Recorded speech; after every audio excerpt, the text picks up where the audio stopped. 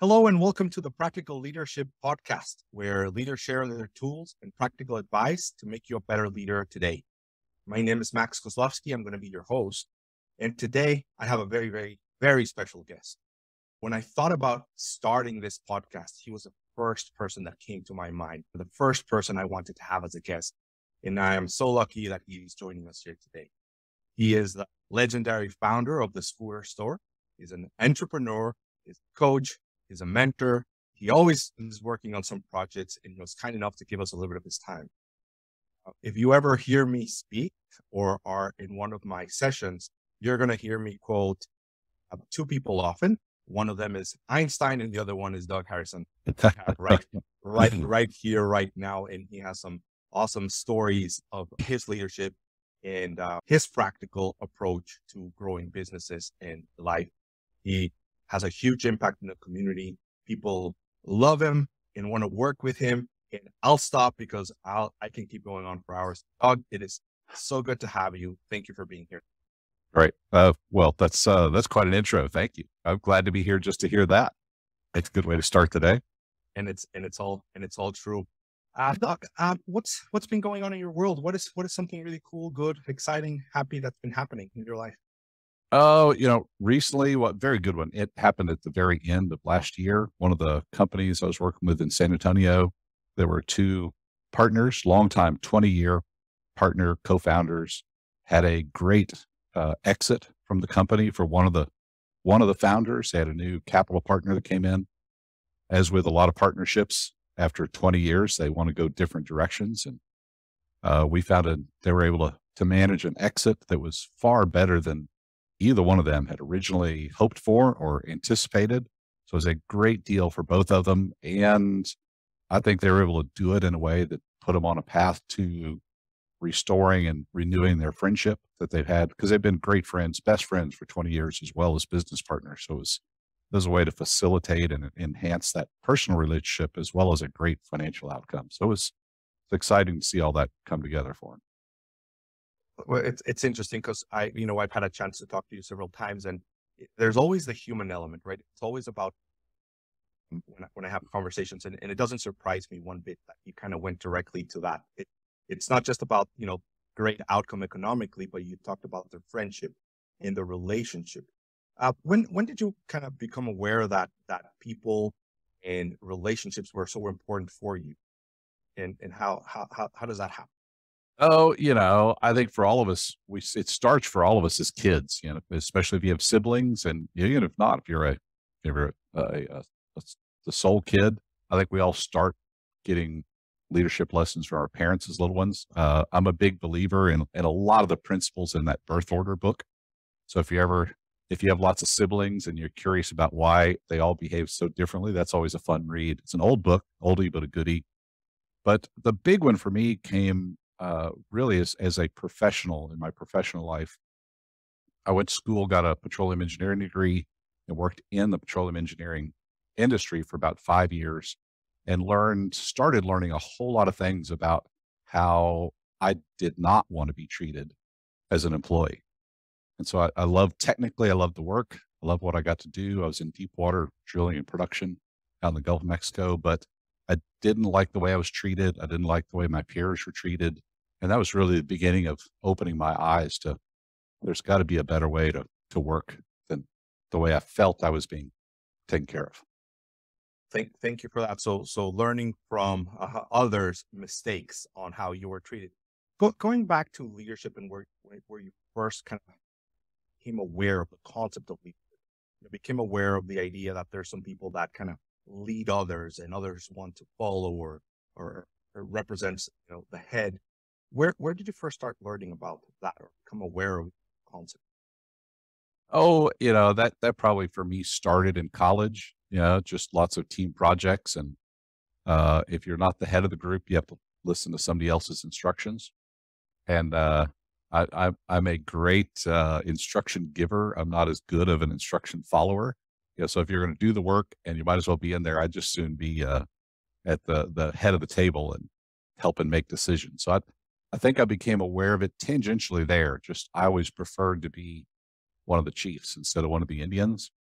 At at work, again, early in my professional career as an engineer, there was the Conoco, the company I was working for, asked you to make a pretty deliberate choice. Did you want your career to grow in a technical engineering path, or did you want to grow in a management path? And having watched my dad grow up in another different big oil company, he was one of the big brass guys at Exxon. Had always wanted to go towards the management side, manage and lead people. And so I started pursuing that early on with that at Conoco. Even though I was doing engineering, they gave us a lot of great exposure to management and leadership classes. They didn't implement them very well, but they taught them in a great way. So that's really cool. So this idea that you're going to be involved in something, why not help the decision making and be not just the doing, but the thinking part, right? And kind Sure. of Yeah. leveraging those capabilities. So what do you think about, because there's a lot of people that are really good technically, and eventually they realize that if they want to continue to grow their business, they have to become more of leaders and managers. What are some things that you've seen the transition from being technical to being a manager? Because in the company that you worked with, they kind of clearly defined that as a path, which I've never heard before, which I think it makes a lot of sense. But working with people that were really good at their craft, including doctors, attorneys, etc., and having to make a transition. What have you seen? What have you learned about how to become aware that you need to do it, and then how to actually start doing it? Well, doing it just requires you to fundamentally do everything opposite of what my instinct told me to do as an engineer, which is that engineering as a technical person, it was to be in charge of and in control of every minuscule little detail. And as a startup entrepreneur, sometimes I think that's actually a critical skill as well. But as soon as that entrepreneur starts to hire other employees, and especially as those employees, when you start to hire managers and not just frontline doers, if you don't start letting go of some of those details, you become that horrible idiot boss that nobody wants to work for, that's always looking over their shoulder. And what I found even early in the scooter store history was, as much as I left the oil field because I didn't like the way I was being treated there, it didn't take me long to turn into that same type of leader at the scooter store. And I kind of had to catch myself and go, wait, I'm being that guy that I used to hate to work for. So I became aware of it there and said, okay, I've got to do things differently. Then it started searching, looking, reading. And so the scooter store started in 91. And in 95 was the first time I met Vern Harnish. And he was teaching a program up at MIT. Yep. And so the first time I met him was he had a class then. It was called Birthing at Giants. Now it's called, I think it's Entrepreneurial Masters program that they still teach up at MIT. And so I went up to meet him and started learning all the stuff that I didn't even know about how to really inspire and lead others, not just tell them what to do. You use a big word there, in inspire. But before I go into that, so you realized that you were becoming the boss that you swore you would never be. Right. How did you become aware of that? Because I always believe that, the first step is always just knowing that there's a problem, right? Becoming aware that there's a problem. How were you able to recognize that, hey, I'm that guy? Yeah, with some help. It wasn't me just looking in the mirror. Okay. One of my favorite stories about my first year at Birthing at Giants with Vern. He had a teacher from the Kaufman Center for Entrepreneurial Leadership, and she was fantastic. This lady named Dr. Jana Matthews, and everything she talked about, I couldn't write notes fast enough. And basically, the way I described the scooter store in the early days, it was me and these 9 or 10 idiots and clowns that worked for me. And so she had all these great ideas about how to run your business. And every time she took a break, I'd catch her in the corner while she was getting coffee and pound her with more questions. And she finally sent me a copy of a book she was writing and said, Doug, I want you to read this book. And I said, Jan, I'm telling you all these problems. I don't know when I'll read your book. And she said, trust me, Doug, you need to read this book. And it was called How to Hire Awesome Employees. I went, oh my God, the concept of an awesome employee at that point, I couldn't even think what that meant. Valid then, And valid now, right? yeah, oh yeah, yeah. I said, all right, yeah, send me the book. I got to read how do you hire awesome employees? And all it says about hiring awesome employees is in the first couple of sentences of the book, where it says, awesome employees won't work for mediocre companies. If you don't have any awesome employees, it means your company is mediocre or worse. To which I immediately jumped on the phone and said, wait, Dr. Matthews, you're telling me all these stupid people are my fault. And she said, well, I didn't say that, but as long as you did, let's talk about that. And I said, okay, let's talk about it. So the good news is the whole rest of that book, and a lot of the work the Kauffman Center does, they actually renamed the book. It's now called Building the Awesome Organization. That's all for my engineering heart. It's lots of checklists and to-dos saying, here's what awesome companies look like. Here's what awesome companies do to attract and grow and teach and maintain awesome employees, which is, do they know what your mission is? Do they know what your values are? Do they know why they're the big questions? Do they know the why answers? Not just they're being told what to do, but why you're there. Why do you exist? And why am I doing this thing for you? Quick reminder to our audience that you could visit practicalleadership.com or Practica Leadership for those Hispanic and Spanish speaking audience members as well. You can download the summary of our conversation today, and you're going to be able to also download some of these resources. We'll have the exact names and authors of the books, because Doug is going to be mentioning more than one in this conversation for sure. So you're I always do. Download that. Absolutely. Absolutely. Beautiful. So, through others, you get some feedback, you become aware that you need to make some changes, you take some action and say, hey, I'm going to go get some training and become better at this. And then that starts like a chain reaction of a learning and growth. And you recognize, I like to say that A players have options, and A players are going to choose awesome organizations to be part of. And then you have to look in the mirror and say, am I an awesome organization or not? What am I going to do to change around? So how did that experience start to change your perceptions of what your job was and what your job as a leader was going? That was the secret sauce to the scooter store. So at the time when I first met Dr. Matthews and started reading the early version of her book that became the one you'll give everybody the link to, we were, a dozen employees, and we grew to be over 3,000 employees that all loved working for us instead of hated working for me. They worked there, but they got a paycheck. By the end, we had some passionate, loyal fans that, they loved coming to work because they loved coming to work. And the real result, the big shift in my thinking was, one, we were a little small bootstrap startup company. I couldn't afford to hire what in my mind was an A player for every position. And the trick for, I think, all entrepreneurs is to figuring out that you can get awesome, extraordinary results from average, ordinary people if you'll get out of their way and give them the tools to work at their best. And if you can do that, if you can hire ordinary people and they can deliver extraordinary results, now you got something magic going on in your company. And now you can hire, part of that's my fundamental belief. I've never met somebody that if I asked them in a room, I said, okay, I want everybody in the room to raise your hand if you think you're a C player. Nobody raises their hand. How many of you think in this room you have extraordinary, awesome potential to be an A player in the company you're in? Everybody in the room would raise their hand. Problem is, most of those companies have bosses that won't let that person be an A player. So how do you do that without saying, oh, he was a Harvard MBA, graduated top of his class, he's an A player, I'll take that guy? Better is saying, I live in New Braunfels, Texas. I'm in a little small town halfway between Austin and San Antonio. How do I get people that'll come to work for me in this little town that will deliver extraordinary results?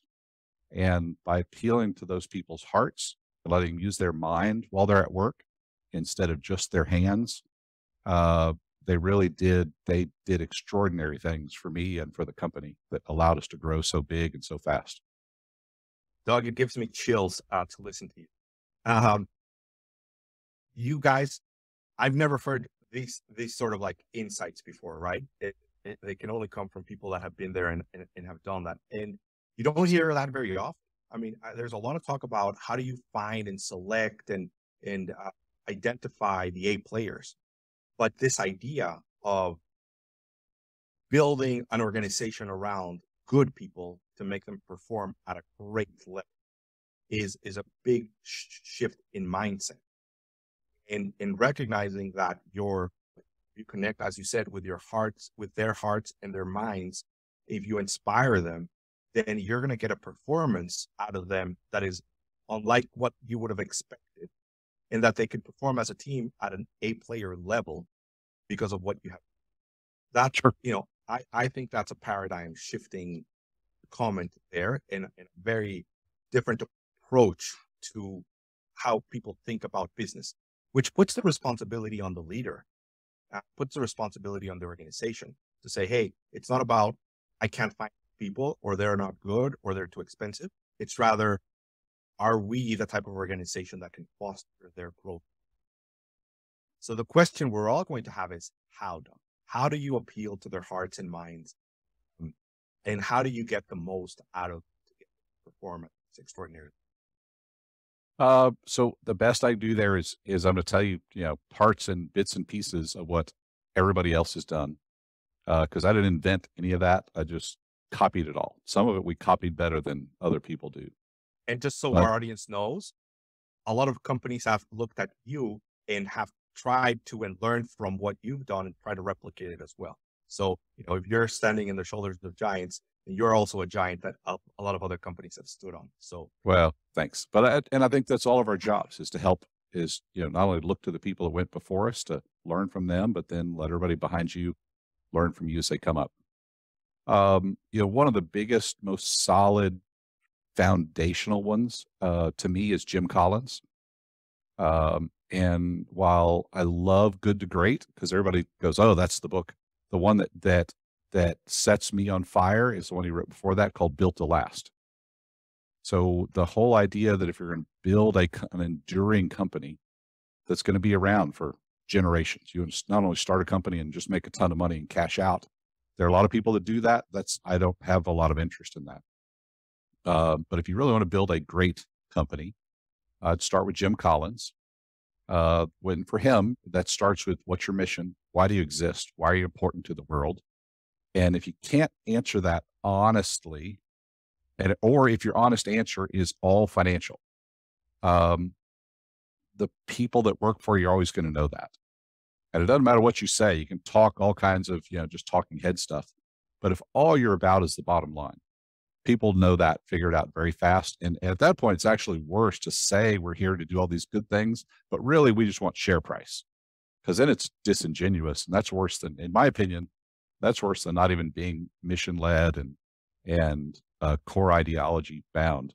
But if you can find a company that really wants to do that, to say, we want to understand what's our place in the world. Why are we here? Why do we make the world better? Jim Collins has a great HBR paper on called Building Your Company Vision. You got to put that in your notes for everybody too. If you don't want to read the whole book, you can read a 5 to 10 page HBR paper that's fantastic. That kind of sets the general framework. So all the people I do mission, core value work with, we start with that paper. Read the paper, we'll build from there. But saying, why do you exist? And of the core values of the leadership of the company, what are the 5 or 6 values that the company holds near and dear to its heart? And you can list out 20 to 30 values and everybody says, yeah, those are all good. But the unique part of defining a company is saying, what is that real small set? These 4 or 5 values that we will hire for, and if somebody violates them, we'll fire them for it. And it's figuring out that's really who we are. This is how we do business. Defining it that way is the beginning of, as for us, as we define these really are our values. This really is our mission, that it starts becoming a magnet. People come to you that identify with it. I wanted to talk a little bit about values, because I think that if you're in business nowadays, you understand the importance of building a culture and you understand the importance of having those values. I mean, that I think most of our audience will have heard about that. One of the things I often run into is where companies have what I call aspirational value. It's idea that they aspire to be, but they really aren't yet. Right. So what is your experience on why those work or why those don't work or how to handle them? Um, eh, for an employee, just you want to hire a bunch of average employees that'll deliver you extraordinary results. They have to trust you and believe in you. And the number one way to build mistrust is do one thing, say one thing and do something else. It's just if you're dishonest or disingenuous, everybody that works there will distrust you. It's for every public company in the world that says we have core values, but they lead the company on share price. Everybody that works there knows that. And it's hard to be a truly entrepreneurial, value-led company if you're a public company. And the sad thing is why you say all the people listening to your podcast know that they all understand values. In my experience, even the ones that say that, even the ones that go to scaling up, that read Vern Harnish, that read Jim Collins and say, yeah, we understand why that's important. They still talk it over here. And then they go back to work and they go, but all I care about is my P&L and my bottom line. And they're actually, those are the ones, in my opinion, that are worse than not even trying to do it. If you're going to do it, you got to really do it. You got to say, really is what we're about. And hopefully you can find something to do in there that means more to the world than just your bottom line. And a lot of CEOs, that fear of performing for their investors, for their family, whoever is helping them start it, feel so bound by my number one, first and foremost goal is make money and get rich. And if that's on the list, I think you've lost before you've even started the race. So the importance of being genuine and honest and aspirational values are not real, are not honest. You're not going to be able to fire or hire people based on them, which makes them dishonest in a way, which will ultimately have people not building trust. It'll do the opposite, distrust. So Yes. one of the things I learned about you and the scooter store and what you're able to build is what I call culture 2.0. And I believe that there's a lot of conversation. There's a lot of talk about culture, points of culture, values, and sticking to them. But I think that there's, again, a new version, an even further version that people like you were doing really, really well. And I call that building community. So I think it's not just culture. You built a community. And, what are some of the telltale signs of a community? People that bond together, work together, appreciate each other, have a solid, strong common mission. And, there's still scooter store reunions happening even to this day, which is a great evidence of community. But I'd love to talk a little bit about that because I think we need to move on from culture and start talking more about community. And it includes more than, some values. So how were some of the ways that you were able to build community in your organization? Yeah, I do think it was beyond just culture. And to go back to that, just because they were hugely important to us. So when we say we had core values, we not only had them, everybody that worked for me could tell you what they were. We had a mission statement that was 9 words, and all 3,000 people, probably 99% of them even today, could tell you what our mission statement was. So as opposed to it was just in a gold leaf plaque on the wall in the lobby, everybody knew the mission statement verbatim: provide freedom and independence to people with limited mobility. And anybody from the scooter store could still tell you that today. Our core values, we had 5 core values. And so our employee handbook had 5 sections. Our quarterly employee reviews would have 6 sections, which 5 sections you got scored on how did you perform against each one of these core values. And there was a 6th one that just said, how did you do in your technical job performance? So everything we didn't say just they're there. We had these values, they're on the wall, they're on a t-shirt. They were part of the fabric of everyday life. And of those core values, we had one that was the number one core value. Good old Vern Harnish. You need your top 5 and you're 1 of 5. We had one number one core value for us, which said, always do the right thing. And the funny thing is you say, always do the right thing. And so many companies go, yeah. We know exactly what that means. And they don't. That means a little something different to everybody. The first time we put it in writing, my CFO got all excited and said, I agree exactly. We should always be profitable and have positive cash flow. Because to him, that was doing the right thing for a business. And we said, no, that's good. We had another core value about financial success. We said, let's describe what we mean by do the right thing, which said, always demonstrate our compassion and integrity through our words and actions with others. And very deliberately, compassion's first. It's the old saying that nobody cares what you know unless they know that you care. You can always deliver in the worst news in the world if you do it compassionately first. If you tell the employee you're coaching, if you tell the manager you're giving difficult feedback to above you, here's why I need to give you this feedback. Here's why I love working on your team. Here's why I love having you on my team. Here's why I love this business. And I really want you to win. And here's the feedback I need to give you. With a compassion first, integrity, unimpeached integrity, but you can still start nicely.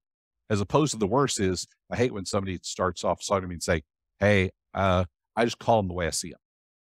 That means I don't care if this is going to hurt your feelings, but I need to vent something to you and I know it's going to make you mad. That's the opposite of that. So by creating an environment where we told people it really does matter how you behave, you have to show your compassion to your fellow workers as the number one rule of being in the business that started that community. And the rest of the values filled in. But the other side of it was we were as big as we got. We were 40% of the company was owned by our employees. So we were an ESOP company. We had everybody that worked there. They were in frontbound, inbound operator. If they were in facility services, their card had whatever the title is and employee owner. We addressed them all as employee owners. They were my fellow owners. We had employee owner meetings that they got all invited to where they were my peer and not my employee. And that all, so it's one of those things. It's, you can lose a battle by 10,000 different cuts, but if you want to build a community, there's no one silver bullet. It takes 10,000 little things that people just have to know you really care about it. You want everybody there to win and succeed. Thank you for making sure that we all heard that, because I think even before culture 2.0, right? There is the making sure that culture is and it's alive and it's being lived. And I think that even just like this conversation on this first one, critical value, is a great example of how it wasn't just small talk, right? It wasn't just a conversation you have with people and you kind of point it out. Definitely not a plaque on the wall. You are living it day in and day out. The actions, the behaviors show and demonstrate that. And a great example of it, like you're reviewing people based on how they show up and present themselves and how they compare to the values. And performance was just a little element of that, which I know you're big into performance and accountability. We'll go into that maybe a little bit later, but it starts out with that. And you're saying that's carrying a big percentage of the weight versus it carries a little bit of the weight. You're saying that's what does most of the work for you, that culture that you have to build, and you have to take it very, very, very seriously. Mm-hmm. And I'm with you. I just don't think we understand the importance of it and how strictly we have to stick to it and build it. So thank you for sharing that and how, you have sections for each of these, which means you go into a lot of depth into explaining exactly what it means. It's not just a phrase or statement. There's an explanation and there's depth into each of those. Right. Some other ways that you kind of enhanced and built the community and the care that people had. I can give you one of your quotes, but I'll give you a couple, but then I'm dying to hear the quote that struck a chord for you. But some of the ones that I hear from my employees now that haven't worked for me in 10 years that they still love, a rule for my number one team. So as big as we got, I had anywhere from, depending on the year, 6 to 10 direct reports. And they all had very specific instructions from me that if they ever, sometimes work gets really important and demanding. So, but there are also going to be times where you're growing up. Most of them are young. We were all young, growing up, raising kids. So if you ever miss one of your kids' playoff games, or you miss a school play or something that's really important to your kid because you had to be at work, you're fired. Let And that sink in, guys. and a lot of them would go, yeah, I understand, but I'll still be here because I'll get. And I said, no, if you're here, and I know your son's in a playoff basketball game or baseball, or your daughter's in the musical she's been training for all year, and you miss it because you're at work, you're fired. And because I really didn't just say it, I pushed that hard with my employees. Said, it kind of goes back to a personal belief of mine. I can come to work, and if I've had a lousy day at home, it doesn't matter what happens at work, it's still been a lousy day. And I'll go at the end of the day, if I look and grade my day, I'm going to go, if Susanna was sick or hurt or sad or something bad was going on, or if one of my kids were struggling or having a real issue, that is the governor on how good the rest of my day can get. Even if my day at work was great, I still that was a horrible day.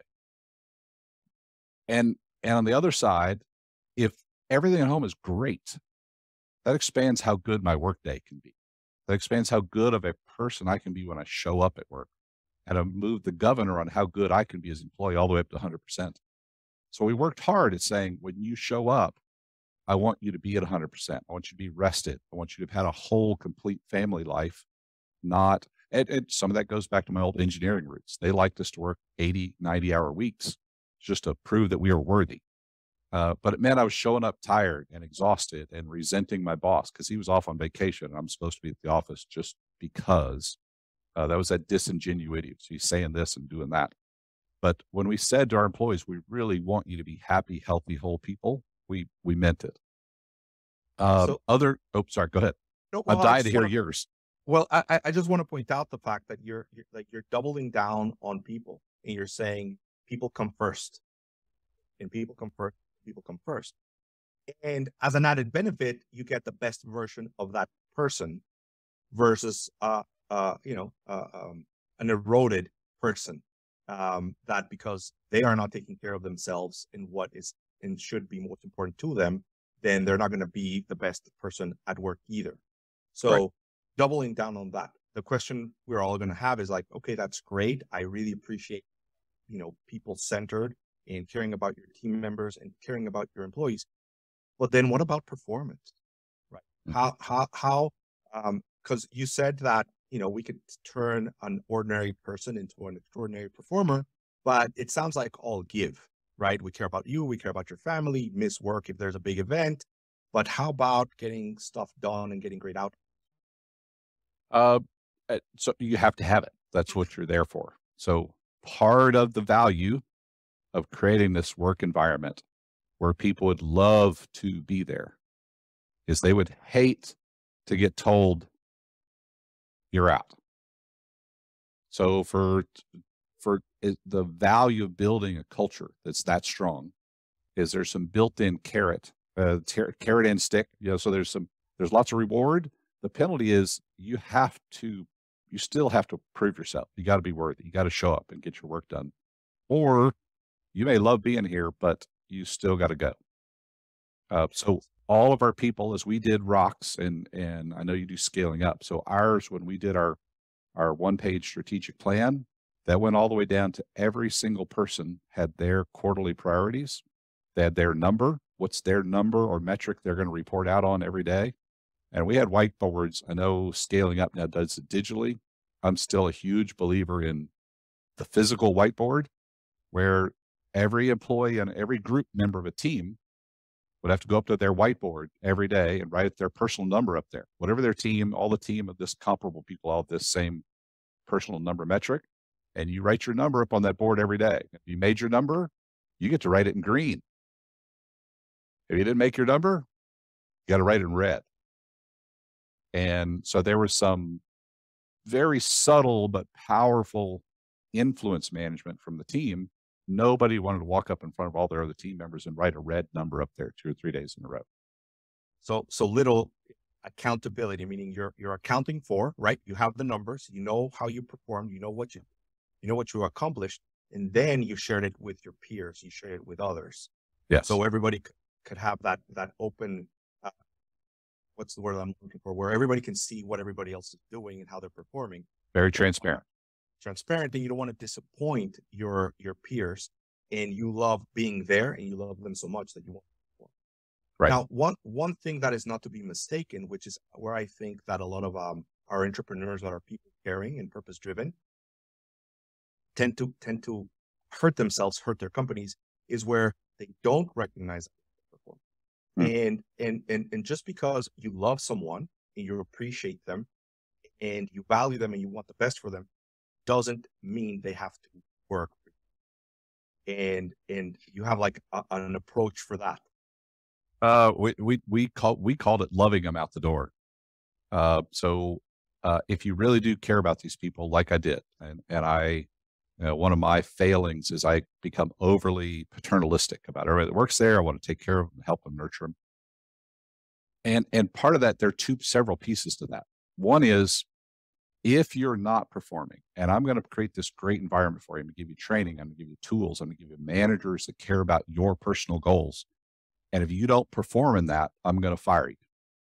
And if I really care about you, I can look forward far enough to the day that I'm going to fire you and know that that will be the worst day you and I will ever have interacting with each other. I hate firing people almost as much as people hate to get fired. And if I know that if you work for me and I fire you and from this great environment and you're part of this culture where everybody in town wants to work there and you're all excited, you told your friends, your family, your spouse, your kids, your aunts and uncles, you work there, and they go, wow, that's cool. You're part of that cool team. The day you go home and say, I got fired, it's going to be a bad day. They go, oh, what's wrong with you? I can see forward to see that day and go, that day's horrible. And as your manager, I'm going to use that as fuel to coach you hard. I'm going to do everything in my power not to let you fail that way. Where the soft side says, well, okay, we're going to create a very people-centric environment. And when you go off the course, here's where people-centric fails. If I really care about you going off course, I've got to love you enough to jump in right there, right now. Come and go, whoa, whoa, whoa, whoa, this way. And the newer the employee is, the earlier they are learning how the company works, the more vigilant you have to be to say, well, this is not the scooter store way of doing things. We do them this way here. Instead of going, oh, well, they're a nice person. He's a nice guy. I like him. I hope he'll work it out. They won't. As they get 5% off course and you wait 6 months and you wait a year and you wait 2 years and you go, I can't stand it anymore. I got to fire that person. That's just being lazy and irresponsible as a manager. And I consider that a company failure, a manager failure. Why weren't you coaching this person 5 days into their job, 10 days into their job, 30 days into their job to get them back on course then, as hard as you have to coach them so that they know you love them? And look, I don't want to ever fire you. You need to be a winner here. I'm going to make you a winner here. And if you don't, even in a very people-centric environment, one of my favorite Burnt Harnish phrases is, sometimes you got to shoot a hostage. I won't quote that. Sometimes you got to shoot a hostage. If you say, I'm going to create this environment for you, but you have to show up. You've got to perform. And this person is the one on the team that everybody loves them, but they just won't do it. Sometimes you got to fire that person. Go, you know what? You don't shoot them in a business sense. I'm firing you. But it just means everybody goes, oh man, I thought we were this soft, squishy, warm, friendly environment. We are, but we still expect you. When we say these are the things we expect you to get done, we mean we expect you to get those things done. I love how you define it as paternalistic approach, right? Mm-hmm. It's like I'm the father of this individual, because that is both, unconditional love, but also this desire to make a great human being out of that person. And you're going to do everything that you can, and you're not going to let them get away because it's convenient or easy, but rather if they were your own child, you would do everything in your power. So if you have to scream, you scream. And if you have to show, you show. You have to talk, you talk. But you don't go the easy road. You don't take the easy road or the easy way out. You're going to be there, and you're going to be pushing. And then ultimately, if the performance is not there, it's not there, which Right. means it's not the right place for them. And it actually has a negative impact in everyone else on the team. And it sets a bad example for everyone else when you have someone that is underperforming. So that's where the shooting the hostage comes in. It's just sharing with everyone else on the team that you're serious about having a high performing team, and that only like if we're going to be a great performing team, everybody has to do their part. We won't tolerate underperformance. And performance typically is, we didn't use the word performance a lot. Um, Although we're measuring performance, what we look for what I look for at Scooter Store, one of our core values was called be phenomenal. And our definition of that was, if you're going to do something, be phenomenal. Hit it out of the park or crash and burn and leave a smoking hole in the ground where you tried it. But if you're doing it for the right reasons and you crash and burn, the team's going to rush in, pick you up, dust you off, set you out on another mission. And as part of that, we said the opposite is just don't be mediocre. If you show up here just want to get by, and somebody was constantly late, left early, wouldn't attend meetings, wasn't paying attention, was playing on their phone when their manager's talking, that's just mediocre. And to us, that's a violation of a core value. And do you understand how important it is to us that every person here, as part of their daily DNA, is doing everything they can to be phenomenal in their work? And you're violating that core value. And if somebody repeatedly then says, yeah, but this is, yeah, but, then we'd fire them for violating that core value, not just saying, well, your daily numbers weren't stacking up. So again, we would always try to circle back to here's how it's core value based. So you're raising the standard, you're raising expectations, and that demands people that will demand people to be engaged, right? Because it's going to be challenging. It's not just getting by, and that engagement is going to be connecting, as you said, with their hearts and minds to figure out better ways. Because again, I really like that idea of be phenomenal or crash and burn, which means experiment, learn, try new things. The status quo will not be tolerated here because that would be mediocre.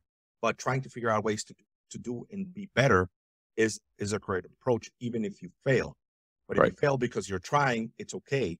But if you're just being mediocre, then you're taking up the spot of someone that could be phenomenal. Well, if you fail because you're trying, it's not okay. That's what we call a glorious failure. It's not okay because you go, oh, that's okay. But if they failed because they were trying something great, you got to celebrate those. That's a glorious moment. So, and the other one I'm going to circle back to one other comment you made is if Yeah. you know somebody's delivering less and you don't call them out, don't fix it. I'll guarantee you as the manager, if you see that lack of performance, all the rest of their team sees it too. And will now all of a sudden believe, well, that's why am I working this hard if you're letting him or her get by with this? I can back off down to here because that's really all you mean by phenomenal. It's just sort of try every now and then, and you will gut the efforts of the rest of your team. You're going to be one of those people that says this and does that. Well, I said I want you to do this, but that's really okay. If you're my favorite, I like you. That's where if they're really doing that, even if they're a favorite person to you, especially if they're a favorite person to you. My little brother worked for me with specific instruction to his manager, said if he ever gets out of line, you got to fire him. He doesn't get the coaching opportunities. He doesn't get as many missteps as anybody else would get. He's my little brother. Everybody's going to assume he got tons of favoritism anyway. Said, I don't want to ever hear about it. I don't want you to come see me with it. I want you to hold him on the straight and narrow and accept nothing less. Because everybody immediately would assume, oh, well, if Mike can get by with it, I can do that too. So you're only as strong as your weakest link, right? And the total team's output is based on the lowest performer. So is that kind of what? I think your biggest exposure is your weakest link, but the team can still do great things, but they won't reach their best if you have some glaring, obvious weakness that you're allowing to stay on the team as the manager. Okay, so identify the weakness, identify the lack of performance, because that's setting the standard and the expectations for everyone. So now let's get a little practical here. And I'm going to go and quote one of the things that I heard you say. And I think it goes kind of like this. I might butcher it up, but you said that one of the things that you learned is that people want to help others. They want to compete and they want to be entertained. Hmm. Did I get it right? That's pretty close. That's pretty close. All Yeah. right. Okay. So how did you do it? What are some things that you did to have people, want to help others and feel like they're helping others? How did you get them to compete? And how did they get entertained, or how did they have fun? What were some of the things Yeah. you Yeah. guys did So, to make that happen? yeah, and part of that list, there's a couple more that go on the list, but one of the things that my wife and I love going to Vegas, and me being the engineer, the entrepreneur, I love looking at Vegas and going, why did all these people go to Vegas? They save up their vacation time, they save up their money, and they fly to Las Vegas and they give all their money away. But so why do they go there? I mean, and people like to play games where they know the rules.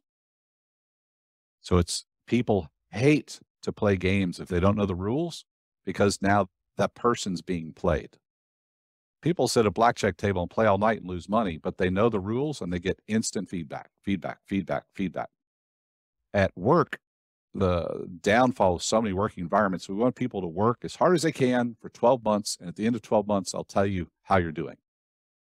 That's a horrible game. If you can play a game where every day, every employee knows at the end of every day, and ideally at the end of every action, did I win or lose just then? Was this good or bad? Am I winning? Am I losing? On a football team, they don't show the scoreboard at halftime. It's real-time scoreboard. Here's the real-time scoring. Here's how you're doing. And the more we as entrepreneurs can move to real-time scoring of our employees, even if sometimes it's negative and says, oh, you're losing right now, they'll keep playing the game, just like everybody will play any sporting game, any betting game, because as long as they know the rules and they believe the rules are fair and the coaches aren't cheating, the umpires aren't cheating, they'll keep playing because most people, I believe, have a competitive nature and they want to play a game and they want to have a drive to win and improve themselves. Say I'm doing better. So that's on the game side. I think that's kind of universal for all of us. The big ones are, again, happily stolen from Jim Collins. People like to be part of something bigger than just themselves. And whether that means they join a church, they join a chamber of commerce, they join a Rotary Club, they join YPO, they join YEO. All of us as humans like to be part of some tribe of people that are bigger than just me. I'm part of that. I'm a UT Longhorn. I'm a A&M Aggie. Whatever it is, we like to identify with some bigger group. The most inescapable group for working adults in the world today is, what do you do? When you meet somebody, you go, hey, Max, nice to meet you. What do you do? And they mean your career, your profession. If you can give them a brand to identify with that's like one of these brands and flags that people like flying. I'm a UT Longhorn. I'm an A&M Aggie. I went to Colorado School of Mines. And you say, no, I work at the scooter store. And they're part of that group. People love being part of that big group, especially if it's a group they're proud of. So it's one, people like being a part of a big group, whatever it's doing or not. The second is they want to feel like they're really doing something to make a difference in the world. What are you doing to make a difference in the world? Well, my company's earnings per share went up 2 cents last quarter. And as soon as I get a better job offer, I am out the door. If people understand, I work for a company that provides freedom and independence to people with limited mobility. And I love doing that every day. Every time we have a weekly meeting, a monthly meeting, I get to hear stories about people's lives we changed by helping them be mobile. I like being part of that. I know how I'm making the world a better place to live in. And that's picking what your mission is. Why do you exist? And then helping that mission come to life every day for your employees. So they like to be part of something bigger than just them. They like to do something that makes the world better. While they're there, they love to play games. And they love to master something. I think we all like to be a master of something. Fly fishing, water skiing, snow skiing, something. We all have something, hobbies we like to master. We'll spend a lot of our own personal time and money to perfect and master a hobby. If again, as entrepreneurs, as owners, if we'll let our employees become masters of their craft, which means teach them relentless, whatever they need to learn, teach it and teach it and teach it and teach it. We had Scooter University. So I had a doctor named Dr. Bob Berger that worked for me that came out of the Air Force. He ran the LNOD, the Learning and Organizational Development for the entire Air Force. That was our dean of Scooter University. And we taught everything from tactical job skills all the way down to how to balance your checkbook, how to do your home budget, to anything else they needed to know about how to use Excel, how to use Lotus, how to be a manager, we taught leadership classes. We taught Vern Harnish's book. We taught Jim Collins' book, so that while they were there, they were becoming better and better and better masters of being, a manager, a computer technician, a salesperson, because people like that too. They like to be a master of what they do. So they do that by education and recognition of when they do something good. You gotta have the systems in place to inspect what you expect. So when they do win, you go, hey, you just had your best Friday ever, your best week ever, your best 6-week run ever. And the data systems are out there. The technology's there for all of us now that have that feedback to give every employee and say, let me tell you what your wins were last week, last month, last quarter. Here's all the highs you hit. So that's so solid, right? And it definitely expanded on my original quote. How do you balance all of these things that sound great, but I can hear some of the people in our audience say, that's all good, but that was a very large organization. It had a lot of people. I need to do work, right? I need people that are productive. There's stacks of paper or emails waiting for me or my team. We got to serve the client. We got to do the job. We got to do it. There's no time for all that. Maybe I'll do that later. Maybe I'll do that when we're bigger. Maybe I'll do that when we grow up. Yeah. I've met those entrepreneurs, you've met them, and I've met those parents too. They go, I don't have time to discipline my kids. And they raise nasty, horrible, spoiled, entitled, bratty children. And anybody that's raising lots of kids, much less once they all get to be teenagers, and you're doing work, you go, when am I going to have time? Easier for me just to discipline the child instead of sit down and have a conversation with them, help teach them instead of just, with an employee or a child. Sometimes there's the incentive, the carrot, sometimes there's the stick and the discipline, and sometimes there's just the discussion and the training. Let's talk this out. That's always slower with an employee than saying, look, let me just show you how to do this right. It's always slower, but it's always building for the future. So it's part of it. So you start simple. When we were 20 employees, we still played games.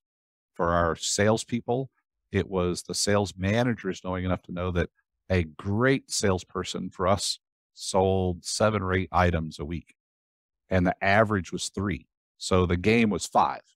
How many people can get 5? And so we started a game around, it was called Give Me 5. If you got 5 for the week, for your average employee, that was a 67% increase.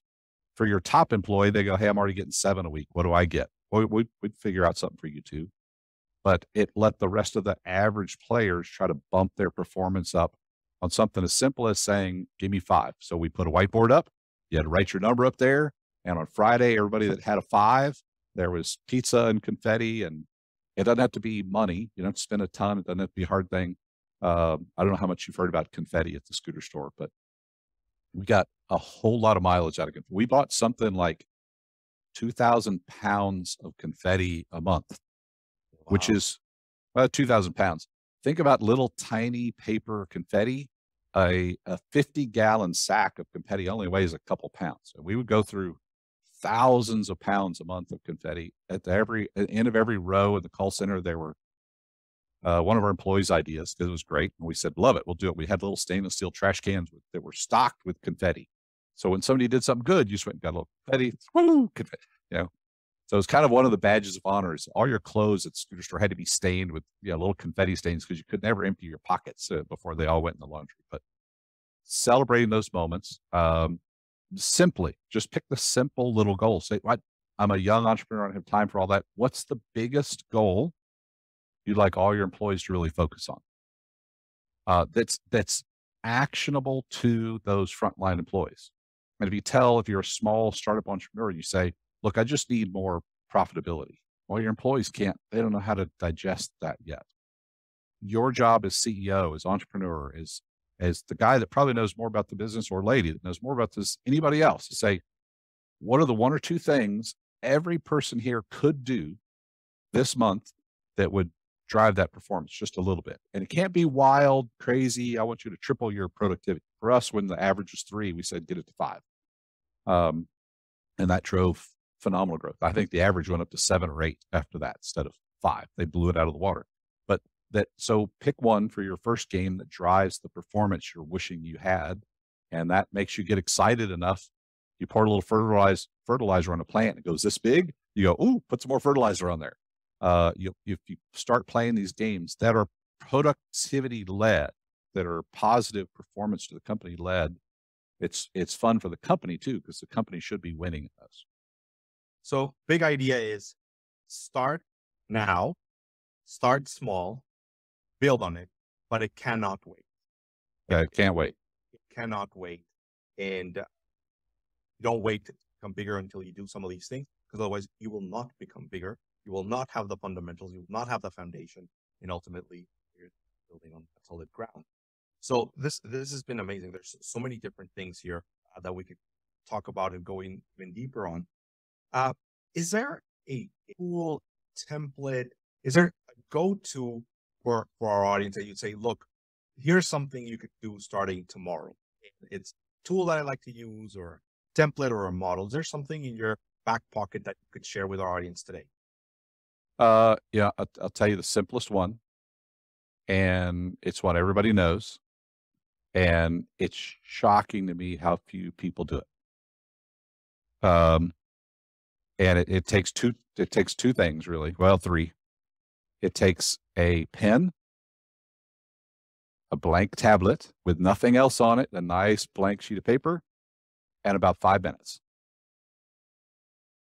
in the quiet before every day. And some people like to do it at the end of the night. I like mine first thing in the morning. I wake up refreshed. I have my coffee, and it just astounds me how many people get up, have their coffee, charge into work, and just get busy being busy. And at the end of the day, you go, what'd you do today? And they go, oh, I'm exhausted. I was so tired. They go, no, but what'd you do? I don't know. I was just busy. If you'll spend 5 minutes with some really high tech thing like this cool blank sheet of paper and write out a list, and the list can be 30, 40 things, doesn't matter. In all honesty, if you wrote out your list of things to do today, or I wrote out mine, I'd need a couple of pages. I'd probably write a couple hundred things. And the trick's not, can you fill up a giant long list? It actually is, because the best ones I put on the list are usually the last 1 or 2 after I've really been thinking for 4 or 5 minutes. And then looking at the list, I can go, oh, today I got to get this done today. And as soon as I get this done, if I have time, but not until I get this done, I'll do this. And it's from the movie City Slickers with Curly, an old movie with Billy Crystal. And the cranky old cowboy Jack Palance tells Billy Crystal, this is the secret to life. And this is, what's the one most important thing for you? He's saying in life. Now, that's true in life. Bigger challenge, you need more than 5 minutes. Figure out what is your number one thing in life, most important thing to you. If you want to be a powerful, results-driven entrepreneur, and you'll spend 5 minutes writing out a long list of to-do stuff that starts with, I got to check my email, I got to return this phone call, I got to do this, all this busy, silly work, I got to do this, I got to do that, I got to do that, and get all that busy, frantic work out of your mind. Somewhere in minute 2 or 3, you're going to go, oh, God, I was supposed to call this customer back. We were supposed to take a pricing change yesterday. That's 10% straight to the bottom line. We just haven't implemented it. I got to get that done today. It takes a while for me to dump all the busy work out of my brain to get to the juicy stuff to go, oh, that's really my number one for the day. And I will not go home till I get this done. And even someday, now I get home, I'm tired, I'm exhausted. And Suzanne will say, how was your day? And if I got this done, I'll go, it was a great day. And if I didn't make my list or I just went in there, got busy being busy, it was a horrible day. So that's a long explanation. My easy trick: spend 5 minutes and in a thoughtful, not the first five things that come to the top of your head. It's probably the last five things that come to the top of your head. Get all the junk out, and then then you need to give yourself permission not to do all that stupid junk. Do the five important ones first, and know the number one most important first. Do it first, then get to all the busy work garbage, and you can drive results out of the park. I love it. I love it because sometimes the fundamentals, the basics are where we really need to start. And one of the things that I really like about what you're sharing is that it's not just about a 30-second, here's a few things I need to do, is really making sure that you're intentional and giving yourself the time. I almost feel like the first 4 minutes set you up for the fifth minute, which is where the good stuff's going to come out. Absolutely. And really forcing everything out of your head instead of the low-hanging fruit to Yep. really push it forward. And then prioritizing, right? Prioritizing, which is both like a skill, an art, and process of figuring out what is in fact the most important thing, the most impactful thing, and then getting it done. So on that front, how do you choose what is that number one priority when there's like seemingly a bunch of things that are either urgent or could potentially be high value? How do you Well, it's not potentially that there's a list. Anybody listening to this podcast that can't write a list of 200 things they need to do tomorrow is not trying. They could all write the list. And it's a matter of it's being thoughtful and realizing that if I do this today, try it. Be really intentional. Write the long list down. Give yourself prioritizing just means giving yourself permission not to do all that silly busy work stuff. Even if it's somebody else's crazy hot priority. If you go, I know, but as the CEO, this one thing, this is the most important thing I've got to do today. Then there's time to do all that busy work stuff. It's sort of in Vern Harnish in Scaling Up, we talk about rocks, the old time management thing about, there's a great video. I'm sure you've seen it. I don't know if your listeners have, that shows you can put so many of the rocks and the pebbles and then the water in the pitcher.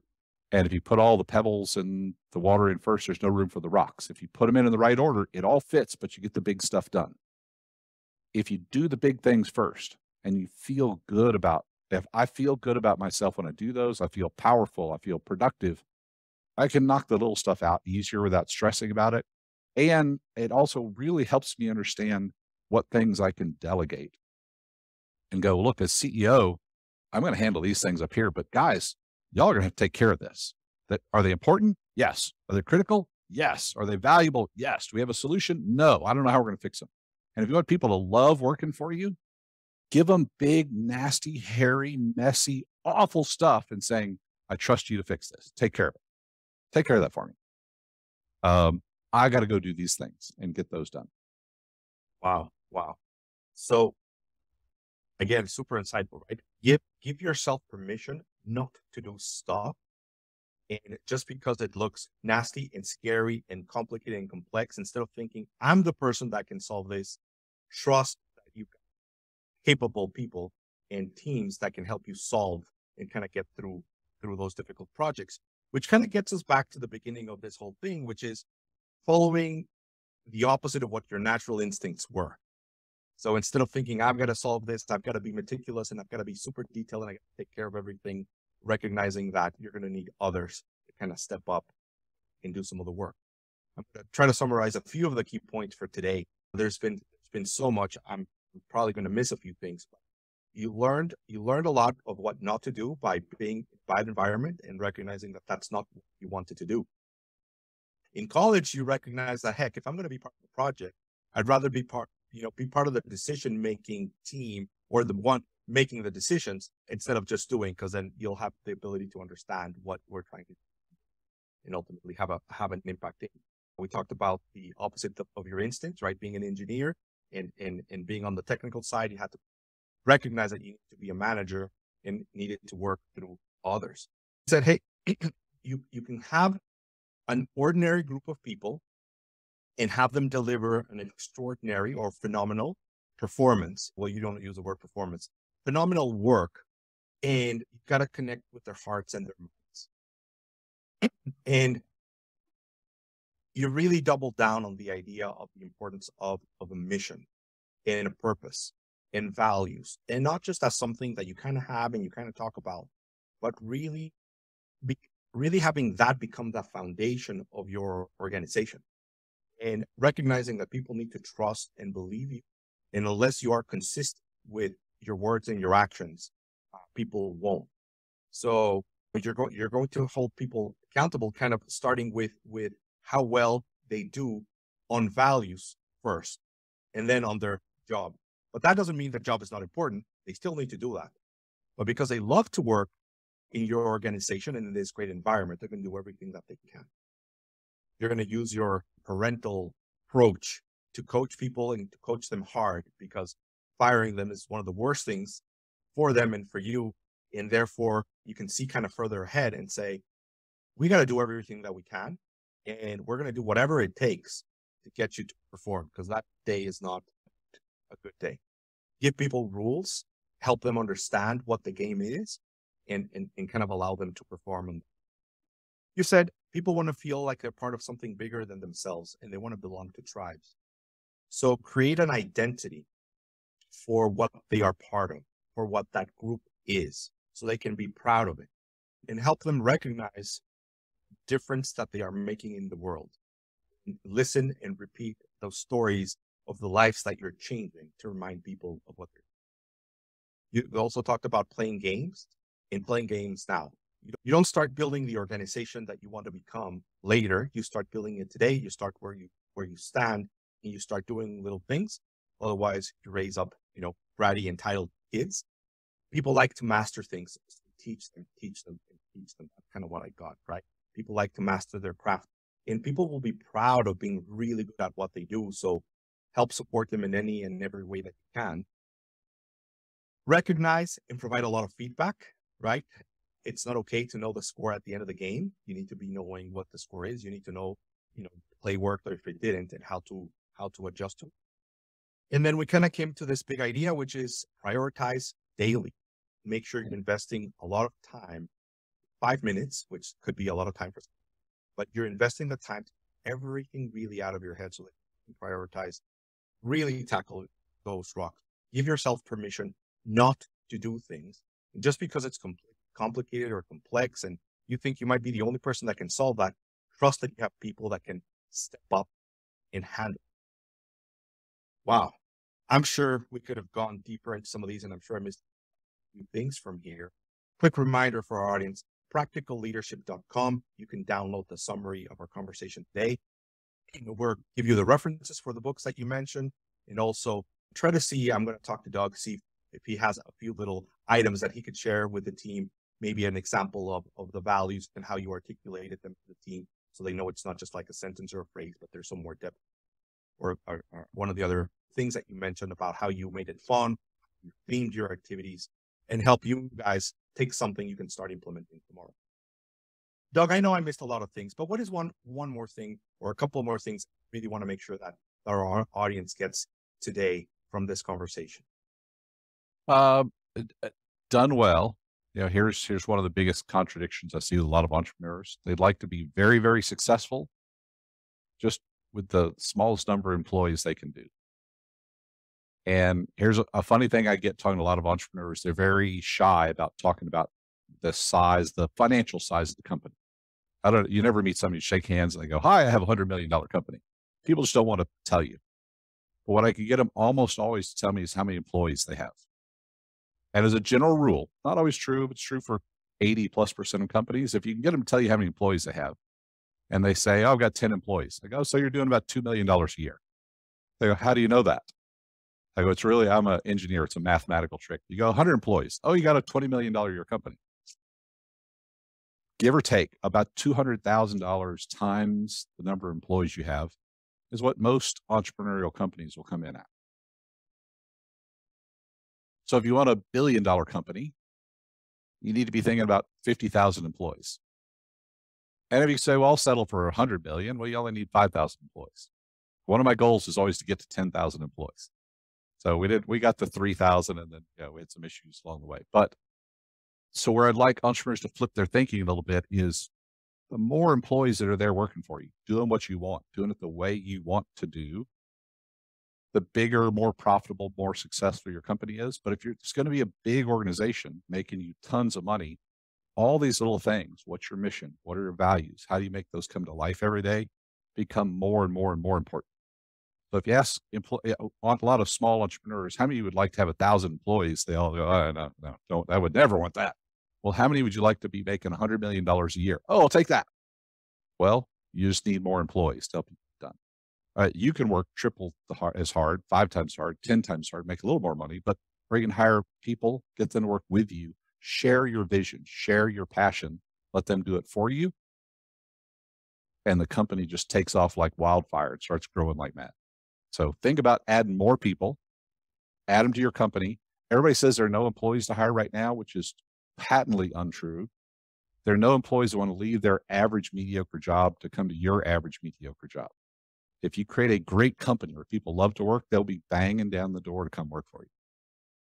What a great way to wrap that up. Build a great and awesome organization that people want to be part of.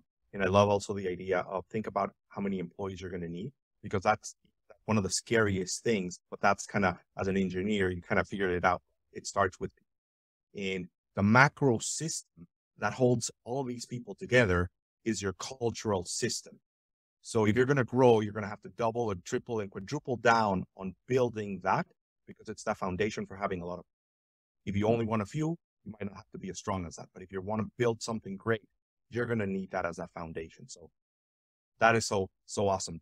And before we let you go today, thank you for your time again today, and hopefully you'll join us again some other time. What is something that you're looking forward to or excited about that's going to be happening here in the next few days, weeks, months?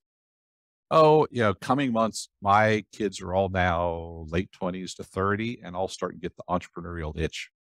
So that intrigues me to no end, to be able to help instead of, I've loved helping other YEO people, YPO people, other entrepreneurs, but thought of helping my kids launch their own businesses and go create their own success, which I think is, that's in the immediate future for us. That's pretty exciting. So, and the only problem is getting them to listen to old dad, because no matter what, you say nice things about me, business world says whatever they say about me. When I talk to my kids, I'm still just their old dad. So it's a fun challenge to get them through influence management to say, because you can't tell a 30-year-old kid what to do, but I can share some ideas with you in a very EO forum style. Let me give you some shared experiences and no directions. And I'm looking forward to that challenge there. I love getting to work with all them as adults.